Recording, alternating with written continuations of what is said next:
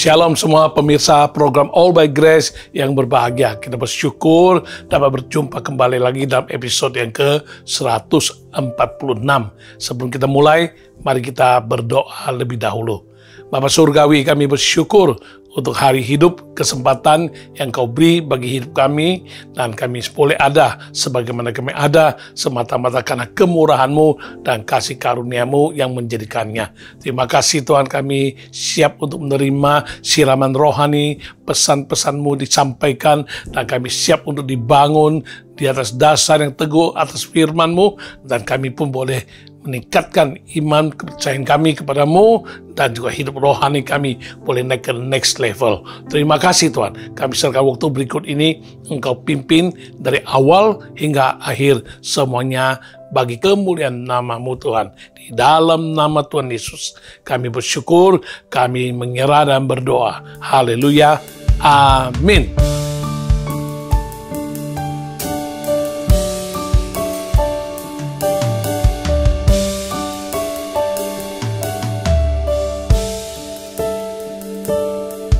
Yesus, Kau kebenaran yang menyelamatkanku. Kau memberikanku hidup dan pengharapan.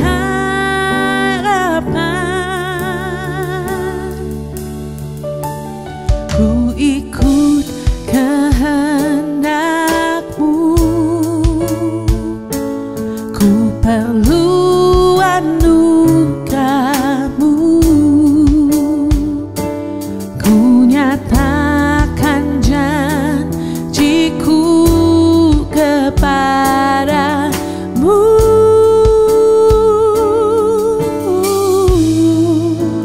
Kalau ku hidup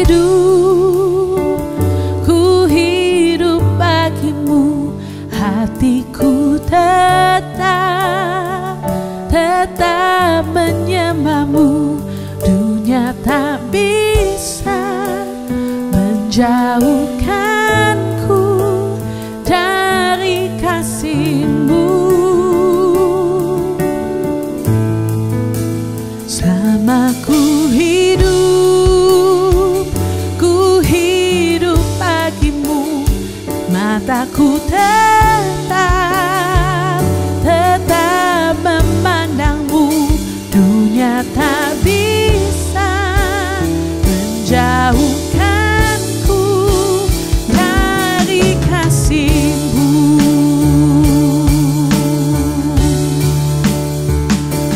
Yesus, Kau kebenaran yang menyelamatkanku.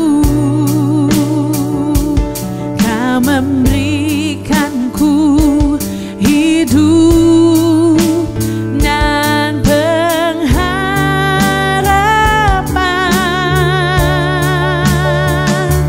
Ku ikut kehendak-Mu, ku perlu anugerah-Mu, ku nyatakan janjiku kepadamu.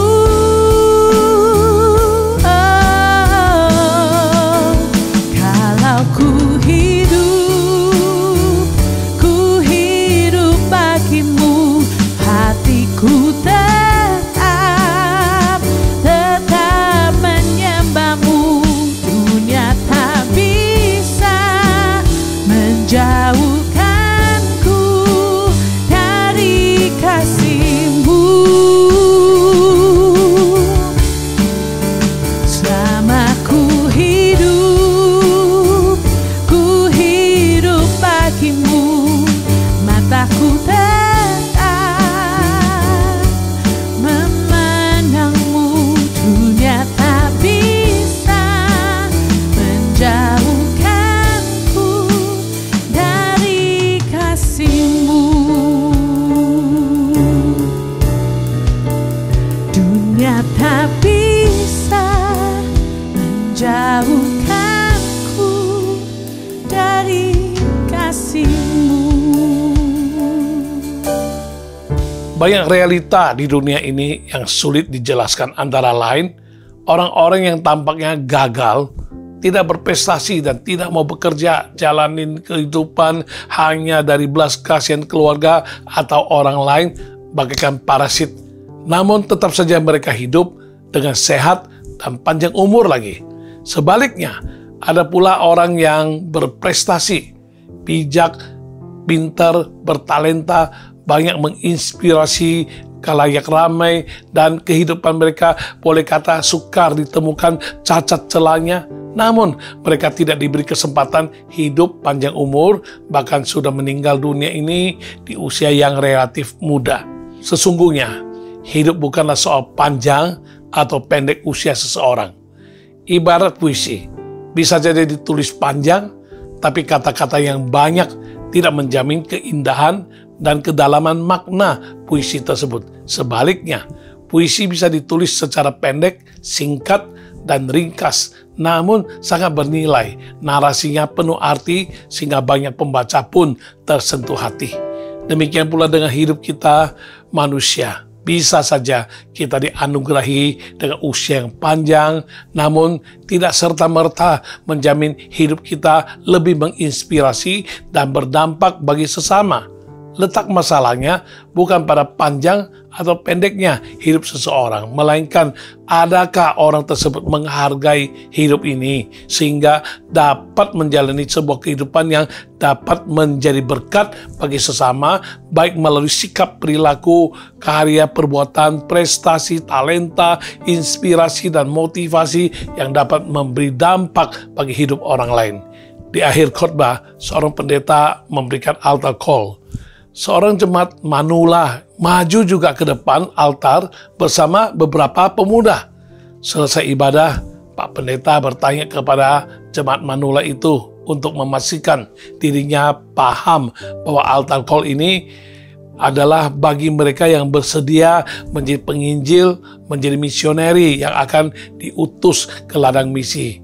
Jemaat manula tersebut menyatakan dirinya menyesali dirinya yang gagal menghargai hidup, sehingga 50 tahun ia lari dari panggilan Tuhan untuk pelayanan. Kehidupannya dilalui dengan begitu banyak pasang surut, kegagalan, dan hingga kini hidup sendirian hanya untuk menanti ajal tiba tanpa meraih satupun prestasi dalam hidup ini. Mendengar demikian, Pak Pendeta memaklumi.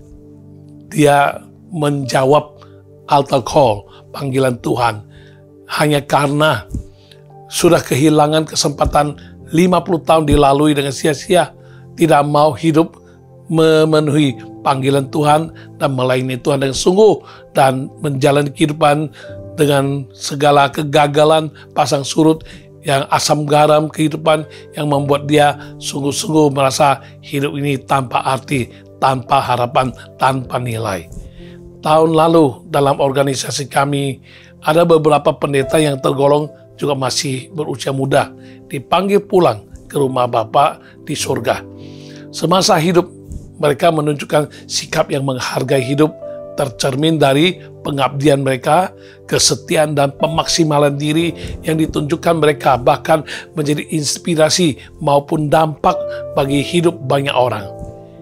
Hidup ini bukan soal panjang atau pendek, tetapi harus dihargai. Hidup bisa saja panjang, bisa juga pendek. Tak seorang pun yang tahu. Karena itu, hargailah hidup ini dengan melakukan hal-hal yang baik, yang produktif, yang bisa menjadi berkat bagi sesama manusia, bagi banyak orang.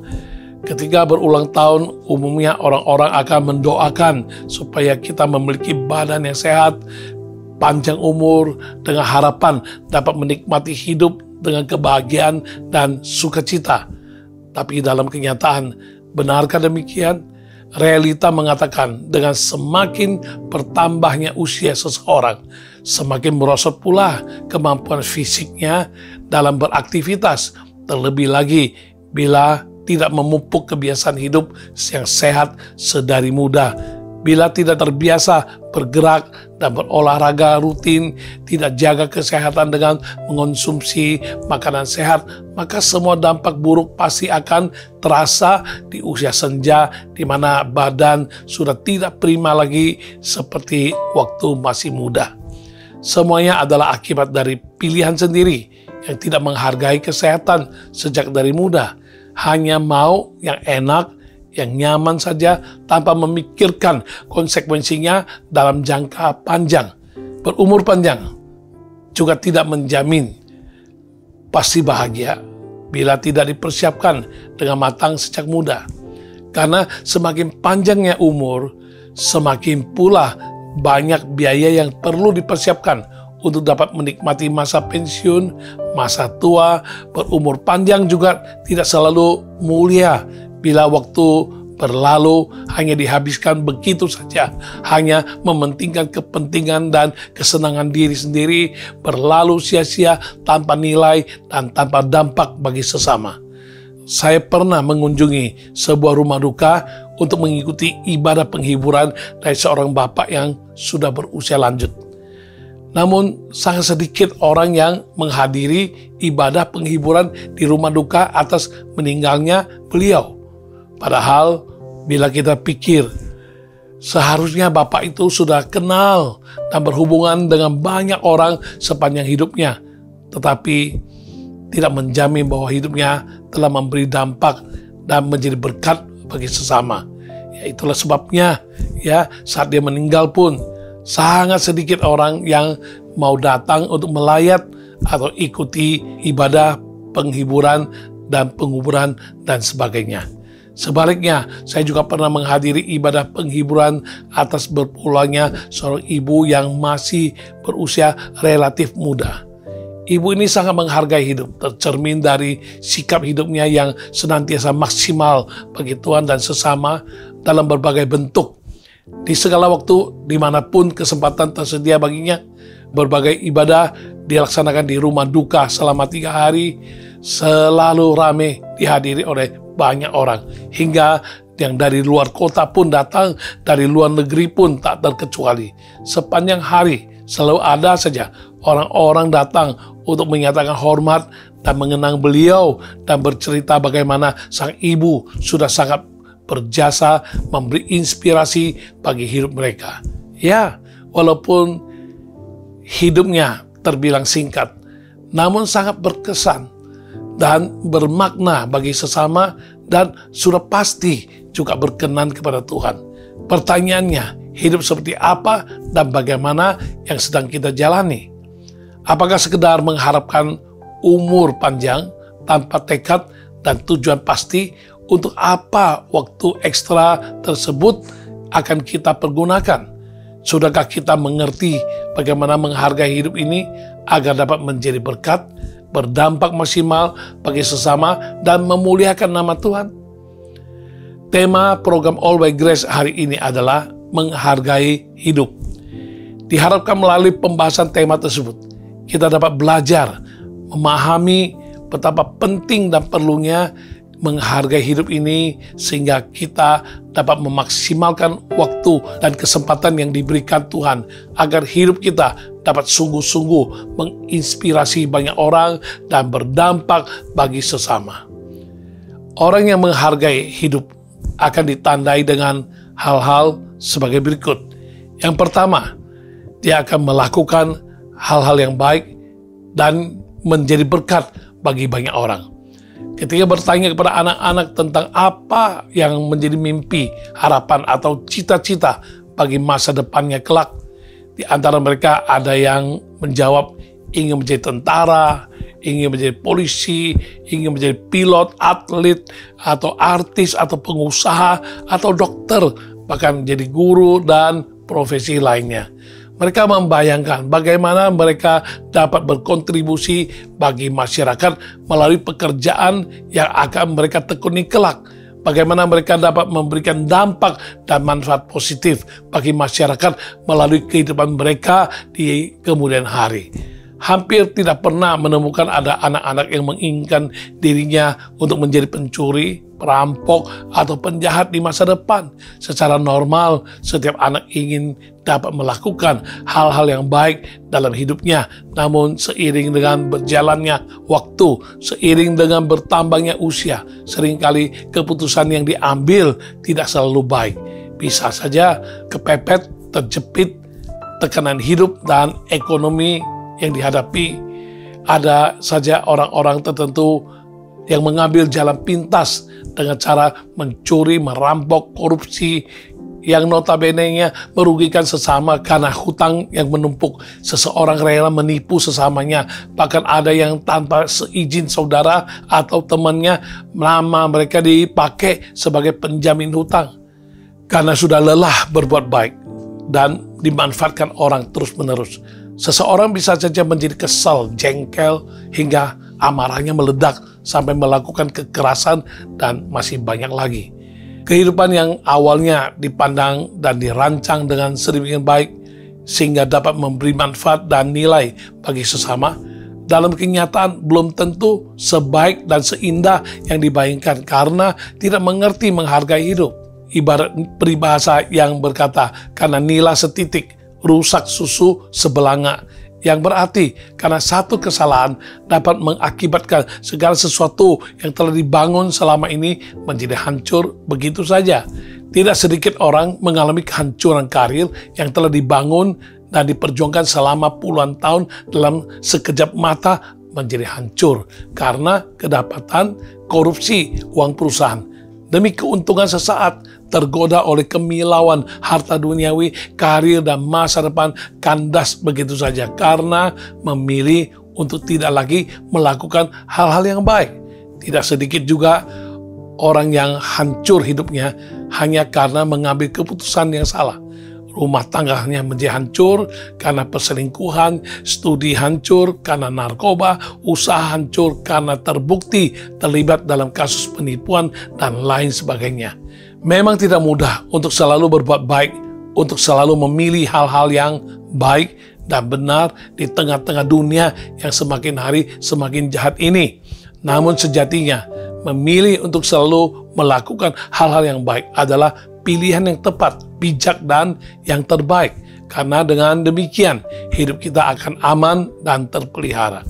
Galatia pasal 6 ayat 9 berkata, janganlah kita jemu-jemu berbuat baik, karena apabila sudah datang waktunya, kita akan menuai jika kita tidak menjadi lemah. Memang sah-sah saja, manusia bisa menjadi jemu, menjadi lemah, pada akhirnya memilih berhenti berbuat baik. Tetapi pesan Paulus di sini mengingatkan agar jangan jemu berbuat baik, karena akan datang waktunya bagi kita untuk menuai jika kita tidak menjadi lemah. Setiap perbuatan baik tidak akan sia-sia, karena ketika menanam biji jagung, tentu kelak kita akan panen jagung.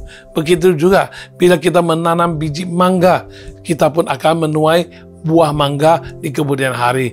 Bukan hanya satu buah, tapi banyak buah, karena biji yang kita tanam telah tumbuh menjadi pohon yang dapat menghasilkan banyak buah di setiap musim panen. Demikian juga dengan hidup kita. Bila kita dapat menghargai hidup dengan melakukan hal-hal yang baik agar dapat menjadi berkat bagi sesama dan berkenan kepada Tuhan, kelak kita juga akan menuai hal-hal yang baik sebagai buah dari perbuatan baik yang kita tabur selama ini, bahkan menuai berlipat ganda daripada apa yang telah kita tabur semula. Tapi jangan lengah, karena hukum tabur tuai berlaku juga bila kita menabur hal-hal yang jahat dalam hidup ini. Kita pun akan menuai hal-hal yang jahat dan buruk di kemudian hari. Pernah seseorang yang terkesan baik, ramah dan murah hati melamar kerja pada seorang pengusaha yang juga adalah seorang majelis di sebuah gereja. Singkat kata, orang tersebut diterima kerja dan dipercayakan untuk menangani sebuah toko. Tak lama kemudian orang ini kedapatan dan terbukti bersalah dengan memasukkan nota penjualan alias korupsi uang. Ketika diminta pertanggungjawab atas kesalahannya, ia katakan dia terpaksa melakukan korupsi demi menolong kawannya yang sedang membutuhkan. pengusaha yang adalah majelis gereja itu memakluminya, memaafkan dan mengampuni kesalahannya dan tidak menuntut ganti rugi atau mengenakan sanksi lainnya. Pegawai itu akhirnya merasa malu, rasa bersalah, dan ia pun mengundurkan diri dari pekerjaannya yang padahal seharusnya ia dipecat dengan tidak hormat karena telah melakukan korupsi. Selang beberapa waktu kemudian, orang ini terpaksa memberanikan diri lagi menelpon pengusaha tersebut untuk memohon pertolongan karena ia sedang tersangkut masalah berat dan sedang ditangani oleh pihak yang berwajib. Coba renungkan, dari kesalahan korupsi kecil dan berhenti kerja, lalu tersangkut lagi dengan masalah berat. Sah-sah saja kalau sang pengusaha tersebut tutup hati, tutup mata, tidak mau peduli apa yang dialaminya. Namun pengusaha tersebut tetap tidak jemu-jemu untuk berbuat baik dan menjadi berkat untuk menolong mantan pegawainya itu yang telah melakukan kesalahan hingga masalahnya yang begitu berat dapat jalan keluar dan tidak sampai ia dipenjarakan. Sesungguhnya kita juga sering diperhadapkan dengan pilihan yang sama. Bila kita terus menjalani kehidupan dengan berbuat yang baik, yang dapat menjadi berkat bagi sesama dan memuliakan nama Tuhan, maka kehidupan kita pun akan terus terpelihara oleh Tuhan. Jangan sampai kita menjadi jemu dalam berbuat baik hingga memilih jalan pintas demi memperoleh solusi kilat yang cenderung salah dan tidak baik dan berpotensi merugikan sesama, bahkan menghancurkan hidup kita dan menghancurkan hidup orang lain. Ada seorang karyawan yang terkenal baik, sudah bekerja selama 30 tahun sebagai penjaga gudang dan tidak pernah mencuri, tidak pernah melakukan korupsi. Suatu hari, penjaga gudang itu dalam keadaan kepepet uang karena ada kebutuhan mendesak. Ia berusaha mengajukan pinjaman, namun penolakan yang diterimanya sehingga kebingungan dalam mencari solusi bagi masalah yang sedang dihadapi. Akhirnya, hari itu, untuk sekali itu, ia pertama kali mencuri.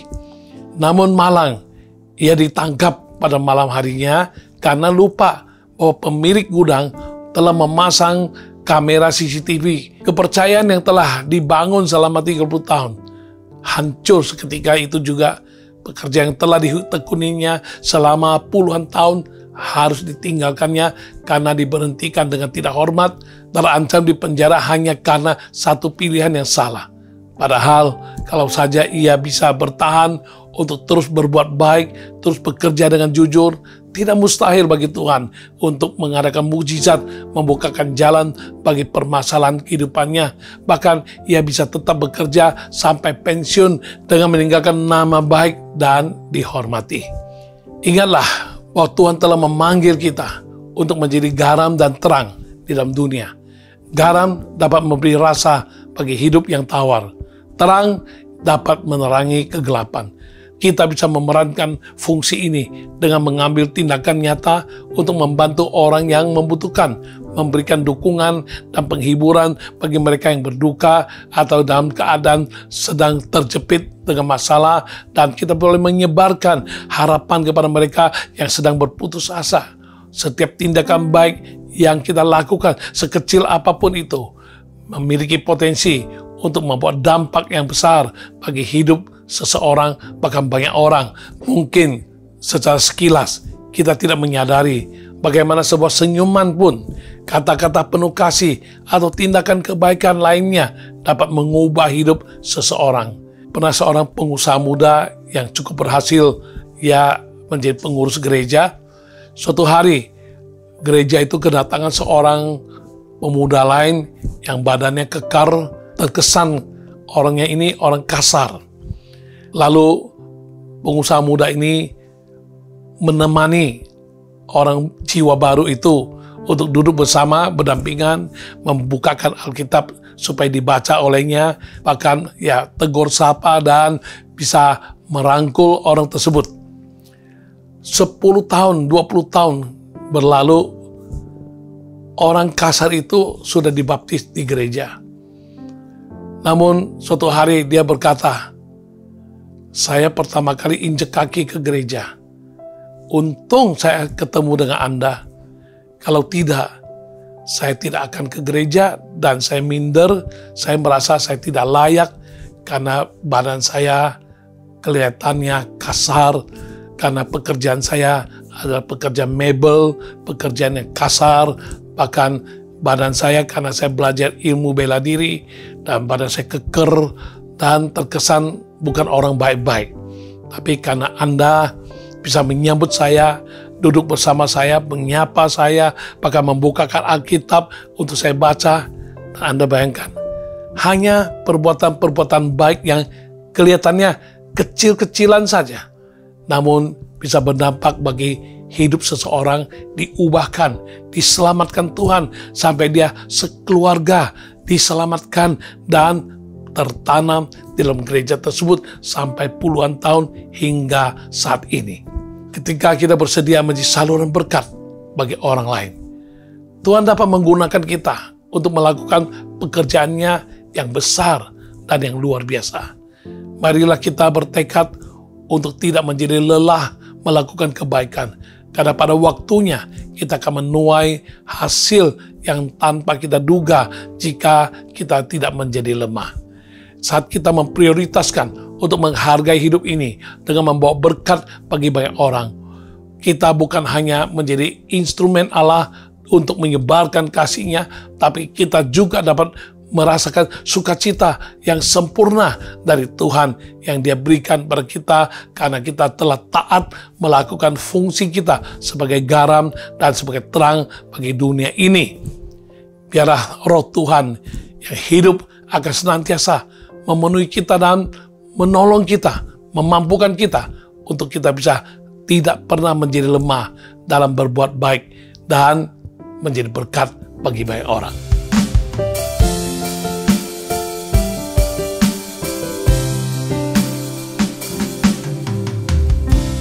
Roh Allah yang hidup penuhiku, Roh Allah yang hidup pulihkanku, turunlah urapan ke atasku, membangkitkan kuasa-Mu. Roh Allah yang hidup penuhiku, Roh Allah yang hidup pulihkanku, turunlah urapan ke atasku, membangkitkan kuasa-Mu, membebaskan hidup yang terbelenggu, memulihkan hati mereka yang terluka, serta mencelikan mata yang buta. Jadikan hidupku alat-Mu, dipenuhi urapan baru menyatakan kebesaran kuasa-Mu. Roh Allah yang hidup penuhiku, Roh Allah yang hidup pulihkanku, turunlah urapan ke atasku, membangkitkan kuasa-Mu, membebaskan hidup yang terbelenggu, memulihkan hati mereka yang terluka, serta mencelikan mata yang buta.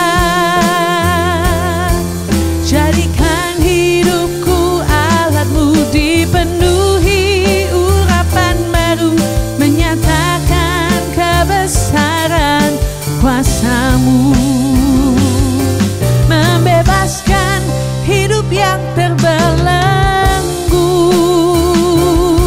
memulihkan luka, serta mencelikan mata yang buta. Jadikan hidupku alatmu, dipenuhi urapan baru menyatakan kebesaran kuasamu. Jadikan hidupku alatmu, dipenuhi urapan baru menyatakan kebesaran kuasamu. Menyatakan kebesaran kuasamu. Orang-orang yang menghargai hidup akan ditandai hal yang kedua adalah ia tidak mementingkan diri sendiri, melainkan mengerti berbagi dengan sesama. Peribahasa mengatakan gajah mati meninggalkan gading, harimau mati meninggalkan belang, manusia mati meninggalkan nama. Ini menegaskan bahwa setiap orang yang sudah meninggal pasti akan dikenang sesuai dengan perbuatannya selama dia pernah hidup di dunia ini.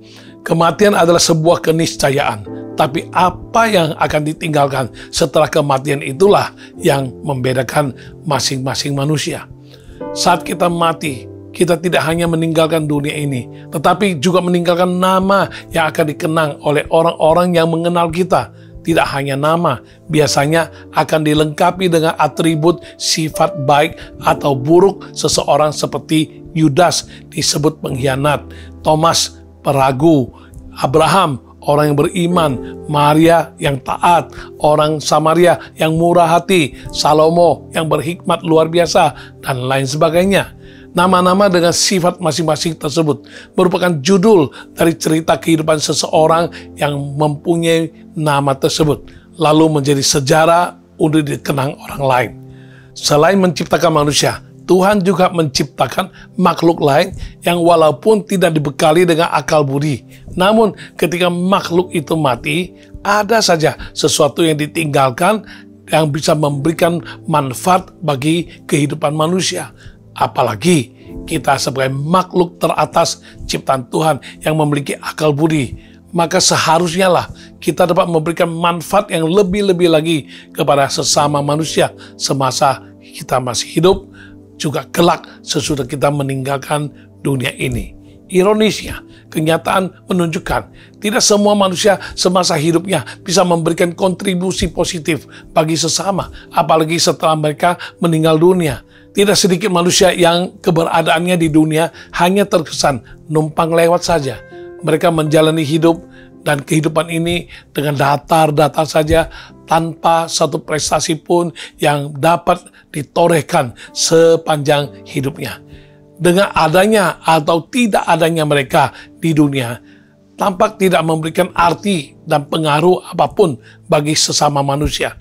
Tentu kita tidak ingin menjalani kehidupan seperti demikian, sehingga kehadiran kita tidak ada yang peduli dan tidak membawa arti dan bagi kita maupun bagi hidup orang lain. Janganlah menjadi seseorang yang boleh ada atau boleh tidak. Seharusnya dengan adanya kita akan membawa sesuatu yang berbeda, sehingga hidup kita berharga, berarti, bernilai, dan berdampak.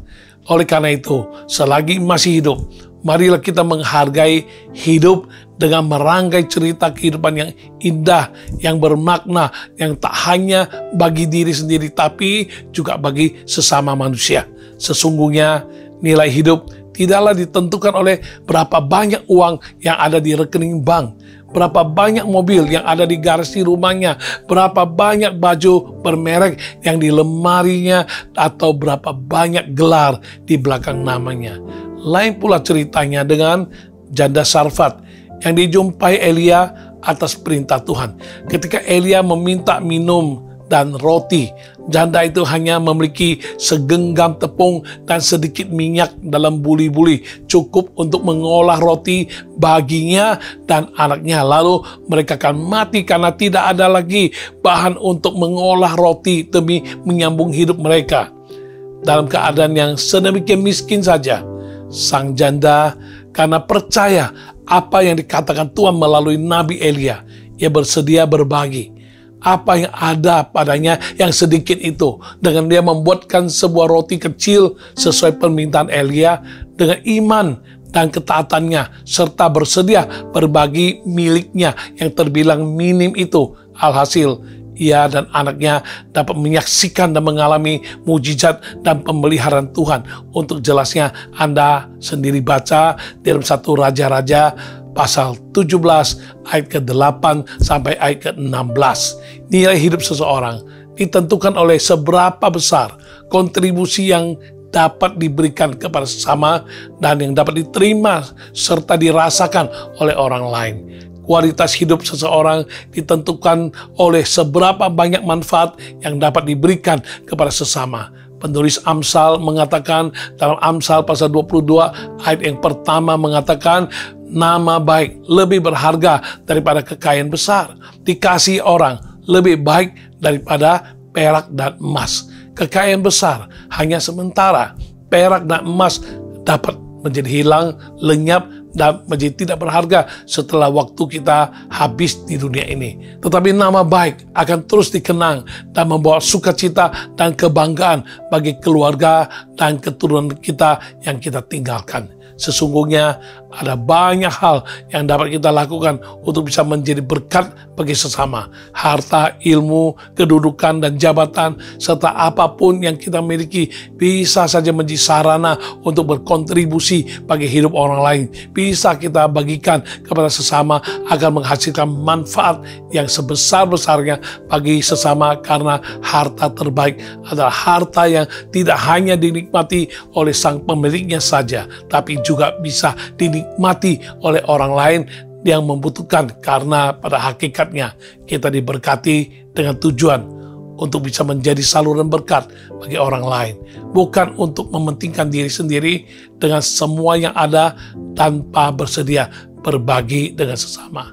Apakah artinya seseorang memiliki banyak harta, banyak ilmu, dengan berbagai jabatan yang mentereng, tetapi tidak dapat memberi manfaat sedikit pun kepada orang lain karena menolak berbagi dan hanya mau menikmati sendiri saja?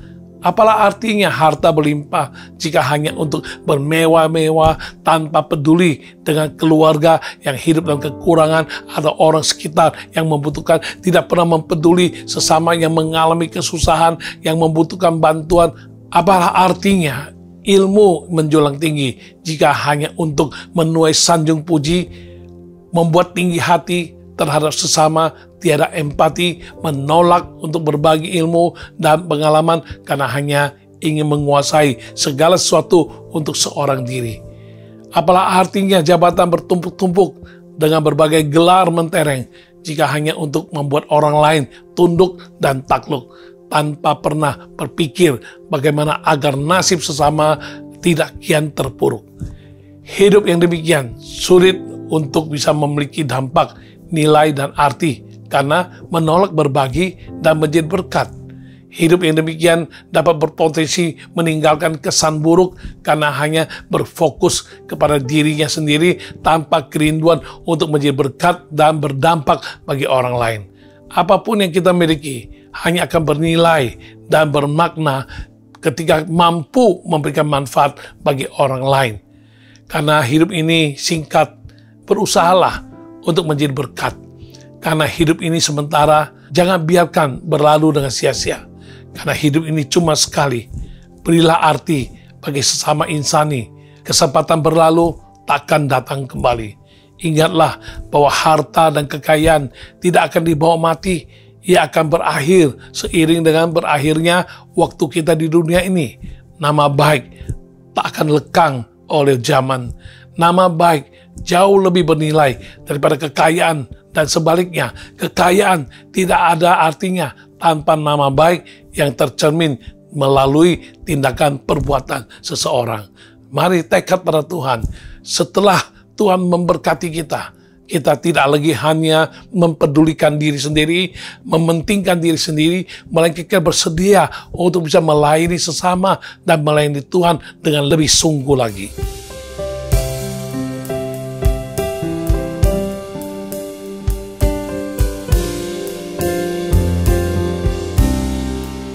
Melayani sungguh melayani, lebih sungguh. Tuhan lebih dulu melayani kepadaku, melayani lebih sungguh,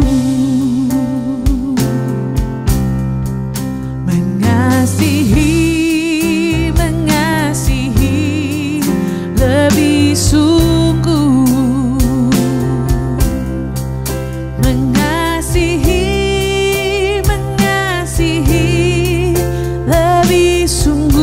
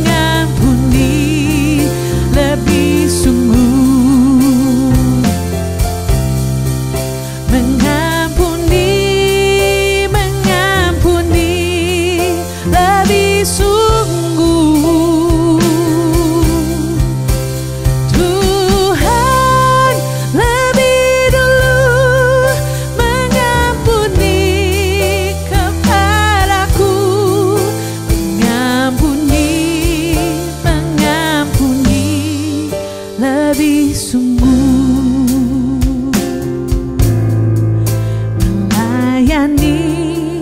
melayani lebih sungguh. Ya, mari kita lihat yang ketiga. Ya, orang yang menghargai hidup, ya dia akan ditandai dengan mengerti, memberi perhatian bagi keselamatan jiwa-jiwa. Semasa pelayanan di dunia, Tuhan Yesus memperlihatkan bagaimana Dia memberi perhatian, peduli, empati yang mendalam terhadap keselamatan dan perubahan hidup manusia, baik itu secara kolektif rame-rame maupun secara individual perseorangan.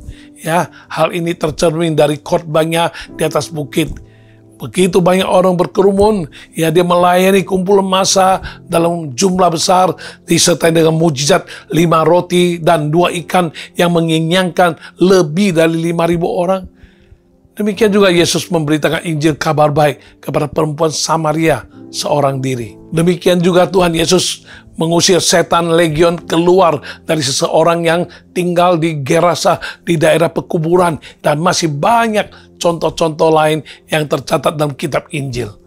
Tuhan Yesus menghargai hidup dengan memberi perhatian penuh terhadap keselamatan jiwa-jiwa, sehingga Dia senantiasa bekerja dengan efektif, tak kenal lelah, dengan tujuan agar semakin banyak orang bisa dimenangkan selagi Dia masih di dunia ini. Tidak heran Matius, salah satu muridnya, menyatakan kesimpulan yang diamatinya dan dituliskan di dalam Injil Matius pasal 9 ayat 35 sampai 38 berkata, demikianlah Yesus berkeliling ke semua kota dan desa. Ia mengajar dalam rumah-rumah ibadat dan memberitakan Injil Kerajaan Surga serta melenyapkan segala penyakit dan kelemahan. Melihat orang banyak itu, tergeraklah hati Yesus oleh belas kasihan kepada mereka karena mereka lelah dan terlantar seperti domba yang tidak bergembala. Maka katanya kepada murid-muridnya, tuaian memang banyak, tetapi pekerja sedikit. Karena itu, mintalah kepada Tuhan yang mempunyai tuaian, supaya Ia mengirimkan pekerja-pekerja untuk tuaian itu. Dalam tulisan Matius, Ia menyatakan bahwa Yesus sungguh menghargai hidupnya selama di dunia ini, sehingga Dia tidak pernah melalaikan misi kedatangannya, yaitu berkeliling ke semua kota dan desa, mengajar dalam rumah-rumah ibadat, dan memberitakan Injil Kerajaan Surga, serta melenyapkan segala penyakit dan kelemahan. Dalam kenyataan, memang demikianlah yang Yesus lakukan. di depan mata murid-muridnya. Bahkan sikap Yesus ketika melihat orang banyak, hatinya tergerak oleh belas kasihan kepada mereka karena mereka lelah dan terlantar seperti domba yang tidak bergembala. Yesus pun pernah menyatakan harapan dan janjinya bahwa murid-muridnya termasuk engkau dan saya, orang percaya, seharusnya dapat melanjutkan estafet pekerjaan yang dilakukannya dengan dilandasi sikap hati yang tergerak oleh belas kasihan terhadap jiwa-jiwa seperti yang tercatat dalam Yohanes pasal 14 ayat yang ke-12.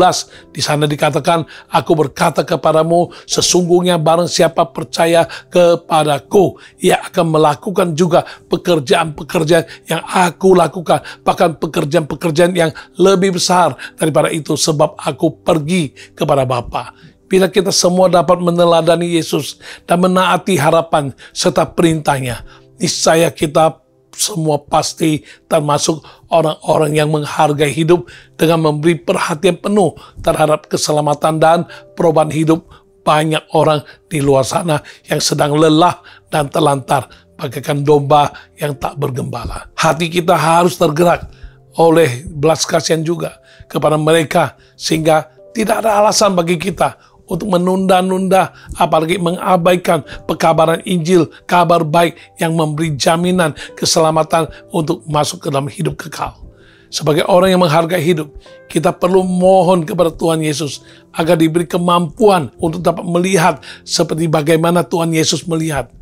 Juga dapat merasakan seperti apa yang Tuhan Yesus rasakan. Lebih dari itu, hati kita juga menjadi mudah tergerak oleh belas kasihan sebagaimana yang dicontohkan Tuhan Yesus kepada kita sekalian. Ketika Anda pergi ke supermarket, ke mall, shopping center, atau ke tempat-tempat di mana terdapat banyak orang berlalu lalang, coba latih dan praktekkanlah.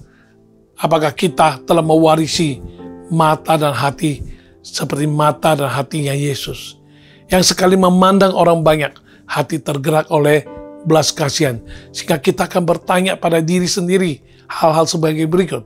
Apakah yang mereka cari di sini? Akan puaskah mereka bila mereka mendapatkan apa yang mereka cari? Masalah dan pergumulan apa yang sedang mereka hadapi? Adakah solusi? Kemanakah mereka pergi bila suatu hari mereka meninggalkan dunia ini? Ketika bertemu dan melihat orang, bisa kita simpulkan tidak sedikit dari mereka memandang dalam kekosongan.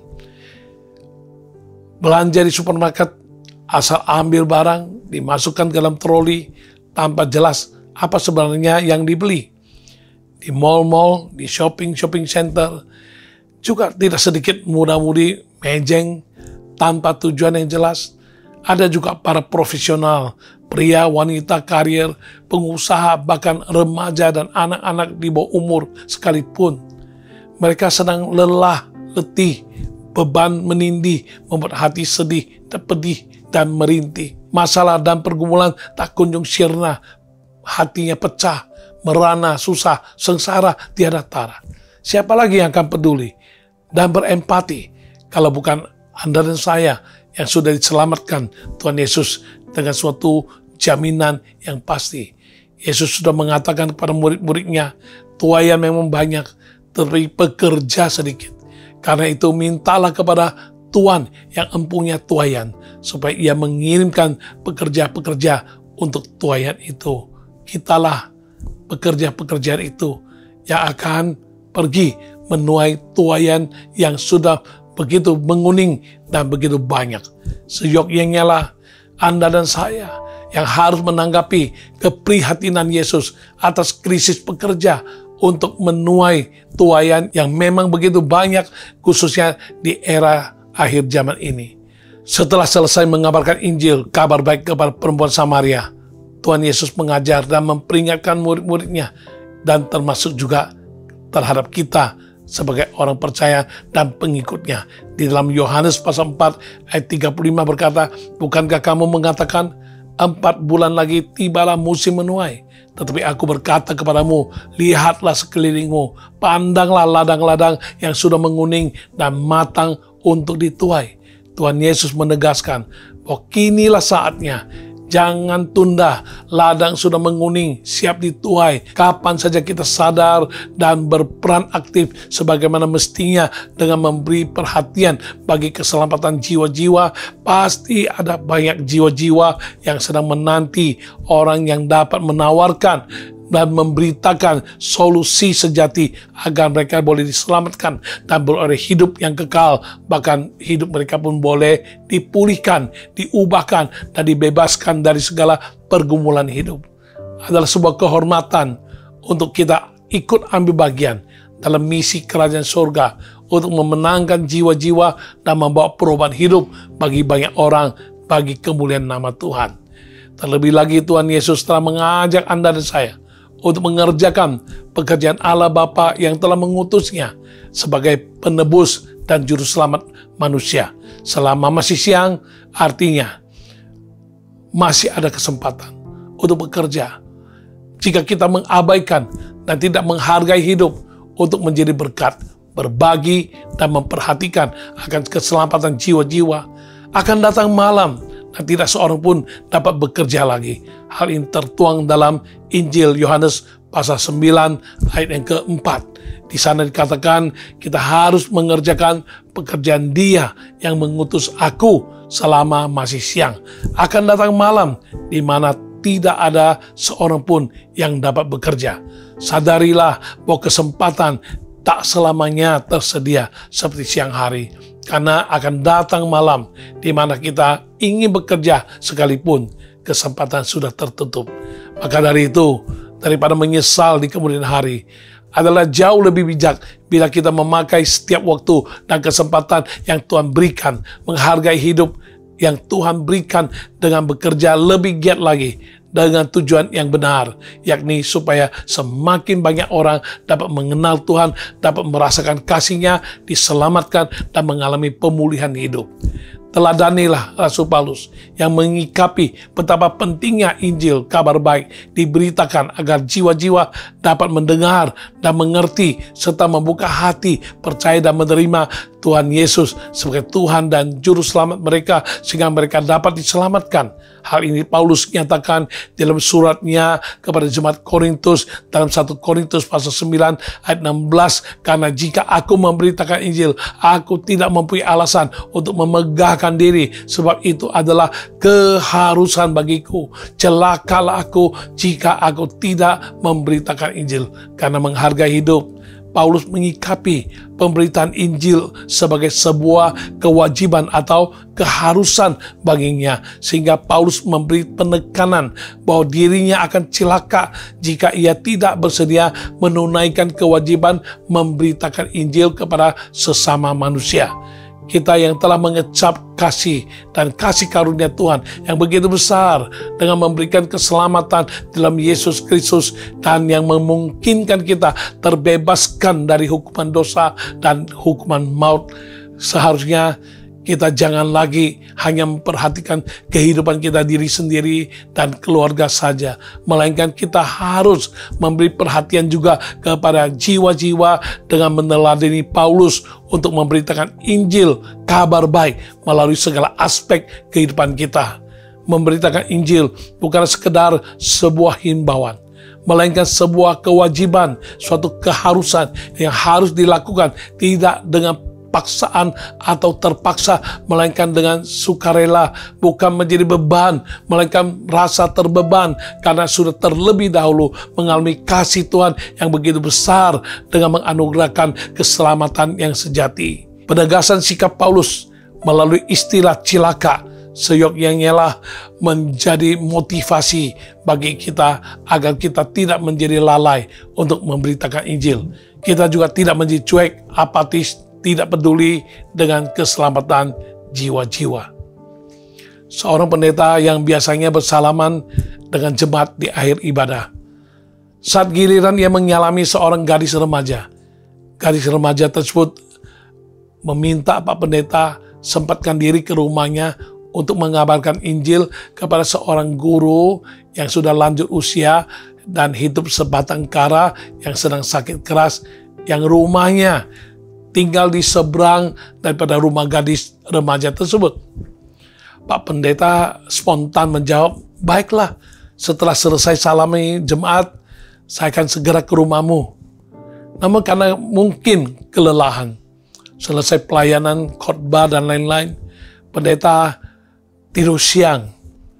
Ketika bangun dari tidur siang, dia teringat ada tugas yang terlupakan, belum dilakukan.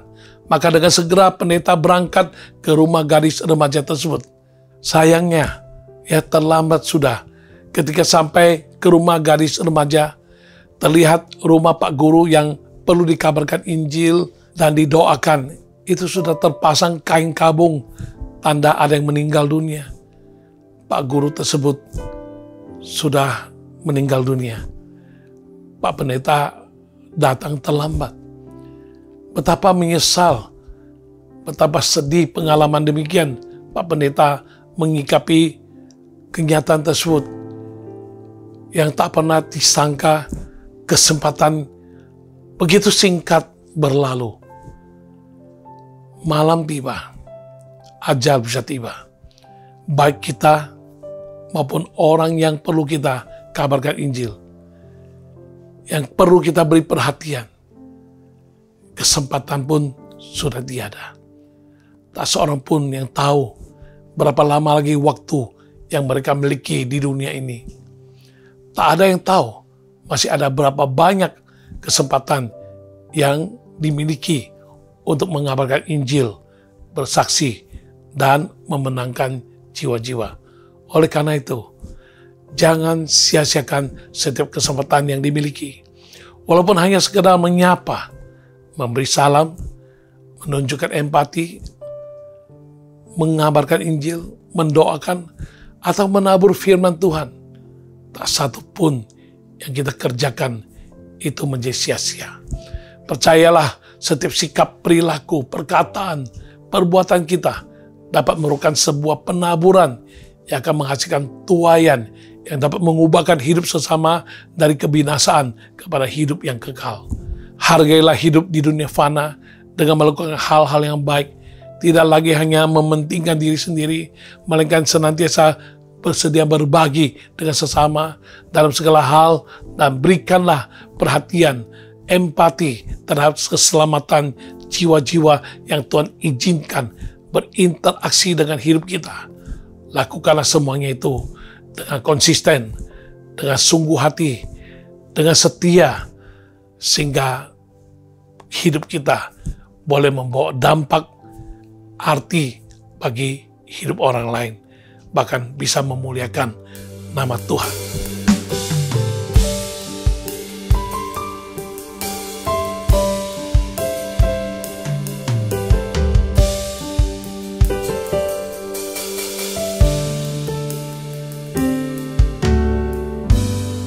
Tiap hari ku temukan mereka yang terhilang, hidup yang tak menentu, arah tujuan.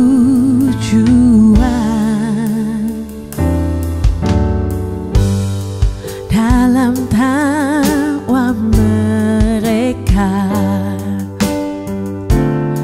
tersimpan duka, namun Tuhan mendengar tangis mereka. Mereka berluka,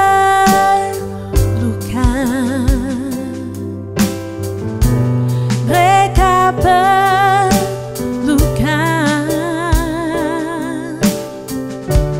Kasih Yesus yang besar sebagai jawaban. Mereka berluka,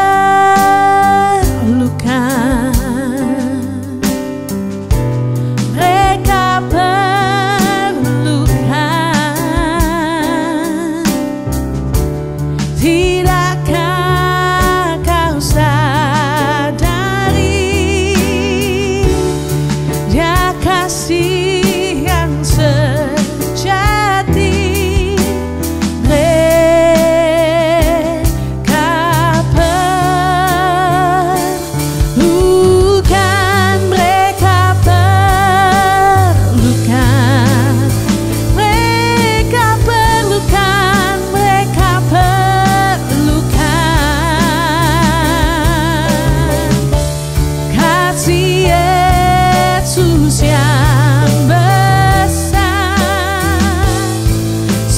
sebagai jawaban. Mereka perlukan, mereka perlukan.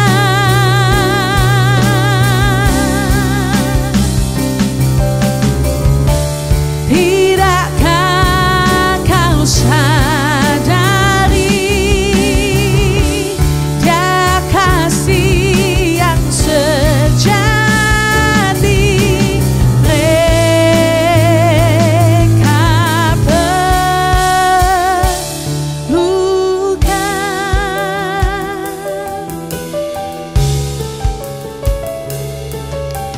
mereka perlukan.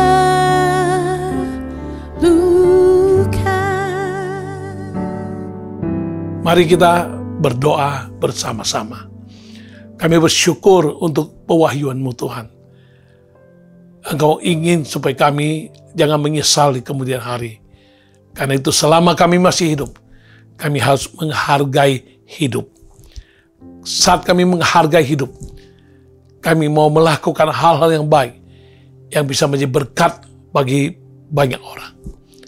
Dan Tuhan, kami yang menghargai hidup, kami juga harus bisa mengerti untuk tidak mementingkan diri sendiri saja, melainkan kami juga mau memperhatikan orang lain, bisa berbagi dengan mereka, dengan apa yang Tuhan sudah beri kepada kami, yang Tuhan telah berkati kami. Dan kami boleh menjadi saluran berkat bagi mereka, dan bisa memuaskan hati yang dahaga, dan bisa menolong mereka yang sedang susah dan membutuhkan. Lebih dari itu Tuhan, tolong kami Tuhan, menghargai hidup dengan memberi perhatian lebih lagi kepada keselamatan jiwa-jiwa, yaitu orang-orang yang kami kenal atau belum, orang yang ada di sekitar kami, yang Tuhan izinkan berinteraksi dengan kami. Terlebih-lebih lagi Tuhan, sanak keluarga kami, biar kami boleh terbeban, bukan menjadi beban. Dan kami mau Tuhan memberi perhatian lebih untuk memberitakan Injil-Mu, kabar baik yang bisa menyelamatkan. Karena janji firman-Mu mengatakan Injil adalah kuasa Allah yang menyelamatkan setiap orang yang percaya. Karenanya Tuhan, tolong kami Tuhan, supaya kami dalam kehidupan tidak akan melalaikan tugas kami yang sangat penting ini untuk menjadi alat-Mu mengabarkan kabar baik bagi dunia terhilang. Terima kasih Tuhan.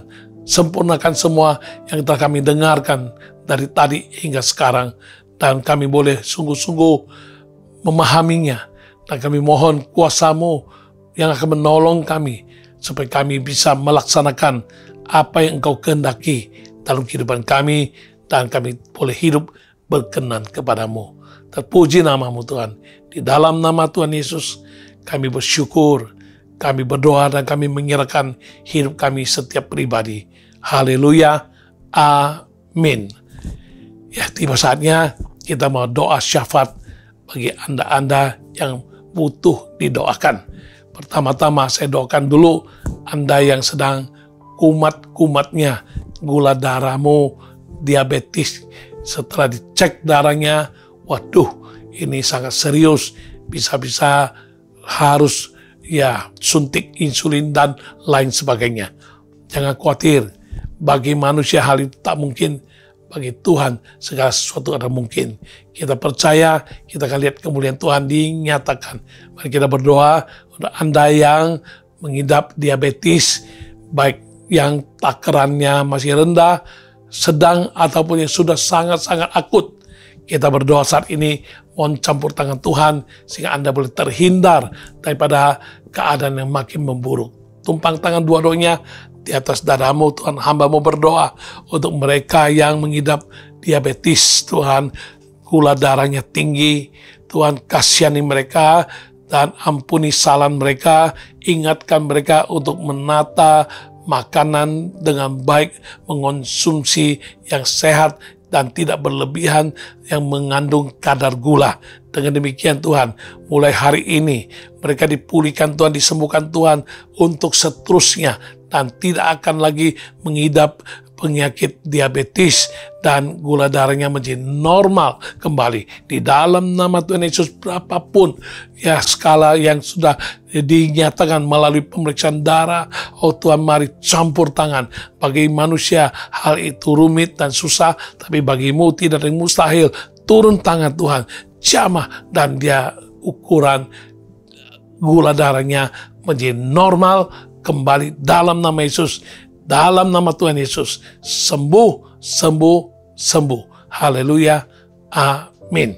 Ya, Anda yang asam uratnya tinggi, ya sampai kena gout attack, sampai kena serangan asam urat, hampir nggak bisa jalan, kakinya, lututnya, betisnya, semua sendi-sendi otot-otot sakit, bahkan ada yang bengkak, jari, jemari bengkak, dan lain sebagainya.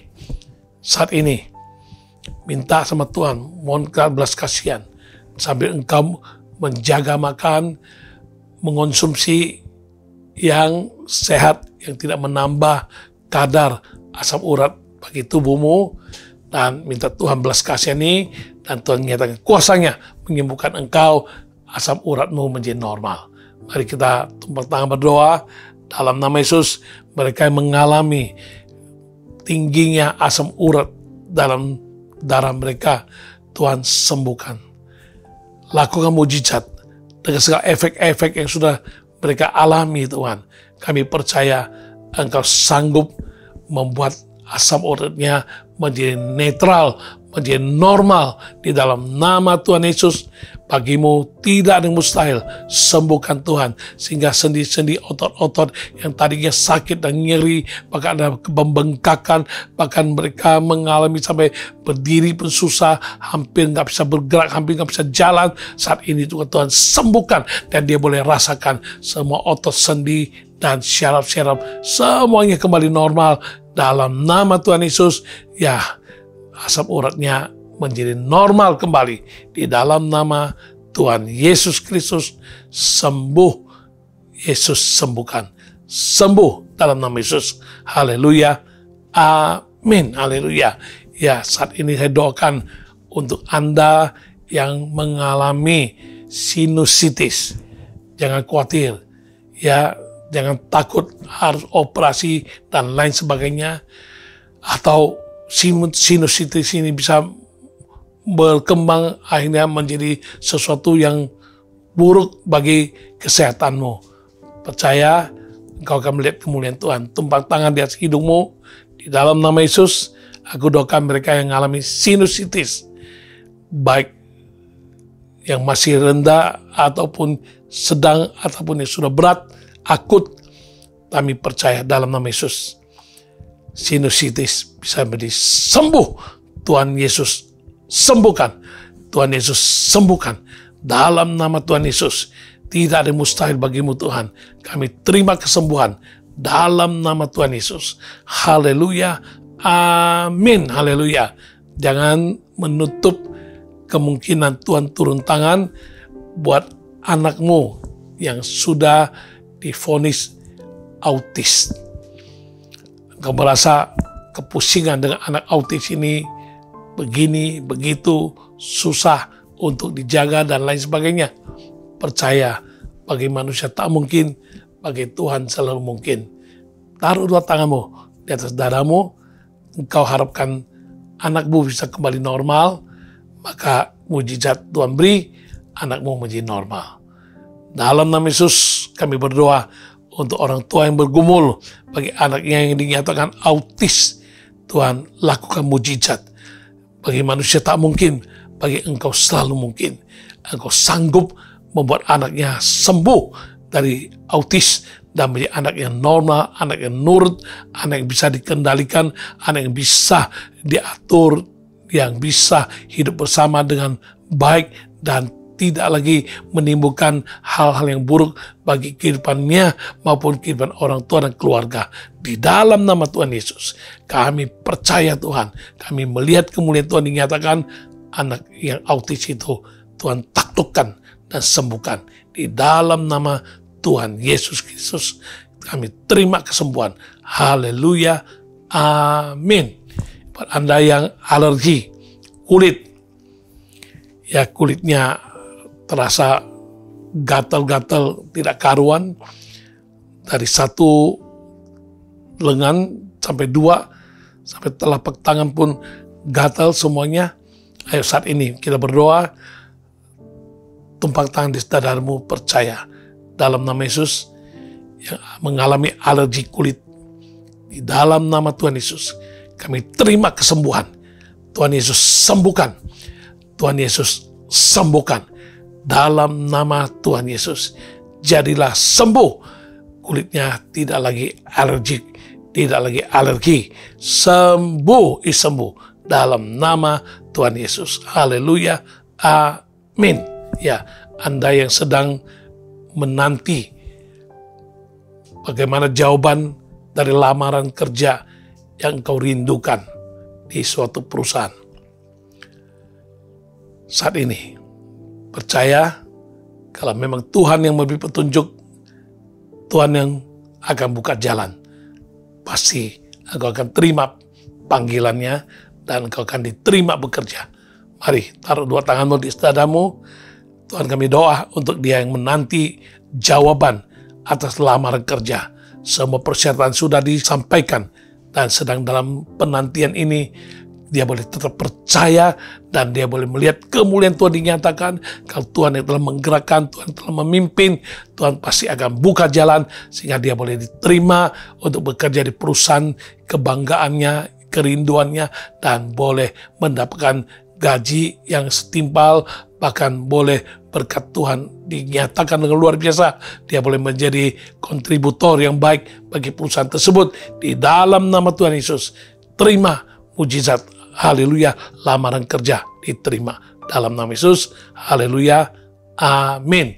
Ayo bawa semua masalah pergumulan, kerinduan, dan segala hal-hal yang menjadi keruwetan dalam kehidupanmu. Bawa kepada Tuhan, kita doa bersama-sama. Taruh dua tangan di dadamu, kita berdoa bersama-sama sehati. Bapa di surga, kami menopang dan berdoa sehati dengan mereka, dengan segala pergumulan hidup, kerinduan-kerinduan, masalah-masalah, dan segala sakit penyakit yang dideritanya ataupun orang tua, keluarga. Tuhan, saat ini mereka bawa semua pergumulan hidup ke dalam tangan kasih dan kuasa-Mu. Mohon kemurahan-Mu, mohon kasih karunia-Mu, mohon Tuhan belas kasihan-Mu, mohon kasih karunia-Mu turun saat ini. Satu persatu Tuhan, Engkau buka jalan yang baru, jalan yang hidup, jalan yang tak terduga oleh kami. Kami akan lihat kemuliaan Tuhan dinyatakan. Dia boleh mengalami mujizat dan pertolongan Tuhan di dalam nama Tuhan Yesus. Kami terima, haleluya. Amin. Kami bersyukur untuk semua apa yang telah Engkau sampaikan melalui mimbar ini, Tuhan. Kami terima berkat-Mu saat ini sebelum kami pisah dalam pertemuan program All by Grace ini. Tuhan, Engkau pimpin dan berkati semua yang setia mengikuti program All by Grace, dan mereka boleh iman makin diperteguh dan hidup rohani makin naik ke tingkat yang lebih tinggi. Pengenalan akan Dikau akan semakin lebih mendalam dan akan semakin setia, taat untuk menaati segala firman dan perintah dan kehendak-Mu, Tuhan. Terpuji nama-Mu, Tuhan. Curahkan berkat bagi semua kami, berkat jasmani, jiwani, rohani, dan juga berkat materi. Mari bukakan hati, tadakan tanganmu, terimalah berkat. Kiranya damai sejahtera dari Tuhan Yesus Kristus, kasih setia dari Allah Bapa, dan urapan pewahyuan kebenaran dan pimpinan Roh Kudus yang nyata akan menjadi berkat bagimu, mewarnai kehidupanmu mulai dari hari ini sampai Maranatha. Tuhan Yesus datang kembali kedua kalinya. Semua yang percaya dan terima berkat di dalam nama Tuhan Yesus, mari kita sama-sama mengatakan amin. Amin. Dengan demikian kita akhiri perjumpaan kita kali ini melalui program All by Grace dalam episode yang ke-146, dan kita jumpa kembali di Jumat mendatang di episode yang ke-147. Tuhan Yesus memberkati kita. Shalom, haleluya, amin. Angkatlah suaramu, Puji dan serukan nama Yesus, tanggalkan bebanmu. Tak perlu kau khawatir, sebab Dia sanggup. Gerakkan kakimu, menarilah dan bertepuk tangan, bersukacitalah. Tak perlu kau khawatir, sebab Dia sanggup. Sekarang nyanyikan kebesarannya, Dia kuat dan penuh kuasa. Bersorak-sorai dalam kasih-Nya, telah datang melawat kita. Sekarang nyanyikan kebesarannya, Dia kuat dan penuh kuasa. Bersorak-sorai karena kasih-Nya, telah datang melawat kita. Nyanyi bagi Dia, nyanyi bagi Dia, nyanyi bagi Dia. Haleluya, Tuhan Yesus memberkati semua. Sampai ketemu minggu depan. God bless you.